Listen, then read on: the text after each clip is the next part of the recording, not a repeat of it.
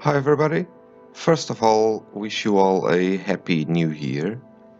And this is my first work of the year.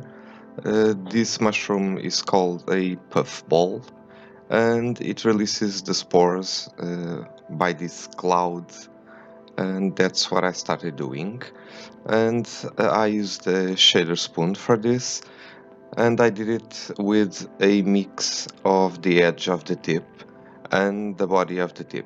If you want a blurry area, you should use the body of the tip so that it doesn't create fine edges. And for the fine edges, use the very edge of the tip. This will give it this blurry aspect. Once again, like I say in other of my videos, it does not matter if it isn't exactly like the original one. This is a representation, so don't be frustrated if it doesn't look exactly like the other one. It's not a photograph. So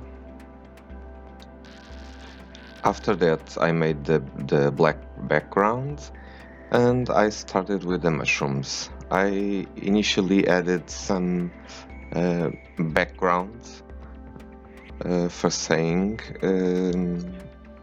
with the shader spoon, and then with the ballpoint tip, because this mushroom has this dotted texture, and the ballpoint tip is perfect because you can create these dots and also lines, and that's what I did.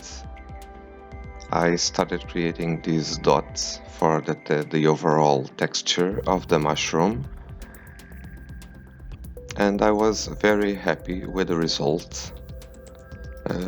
The darker the area, the darker the dots, and more dots you should do. And then I finished it with some shading, just to even everything out and make it all come together. The other ones, the upper one has also that dotted texture, but the other one it's more in the shadow, so it does not show that much dotted texture as the other one, the upper one. So I did the same with the upper one, a mix of dots and lines, and the other one in the shade was easier to do. It's mostly with the shader spoon to create volume. And now for the moss. Like the other ones, the moss is kind of a mix of shadows and texture. It's mostly dark, so I used again the ballpoint tip, and again you can do lines with it and dots, so I did mostly lines and try to see where, like the fur, the direction of the moth, and try to leave some brighter areas to give it some depth. I darken the lower edge of the moss. Again, it doesn't have to look exactly like the original design, the original picture.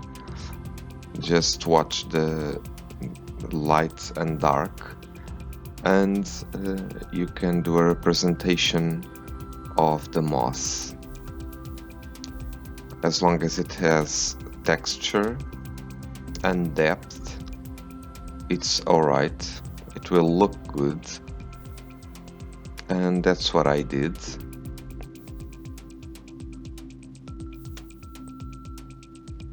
Well, because the moth isn't usually very long, you shouldn't use very long strokes. In the end here, I also added a little bit of shade with the shader spoon because it shouldn't look very bright in the overall, just to give the mushrooms the first place, the first thing that you see, and don't take that from them. I hope you enjoyed this and have fun. Thank you for watching. Also, don't forget that, like the other ones, I will have the pattern on my blog so that you can use it.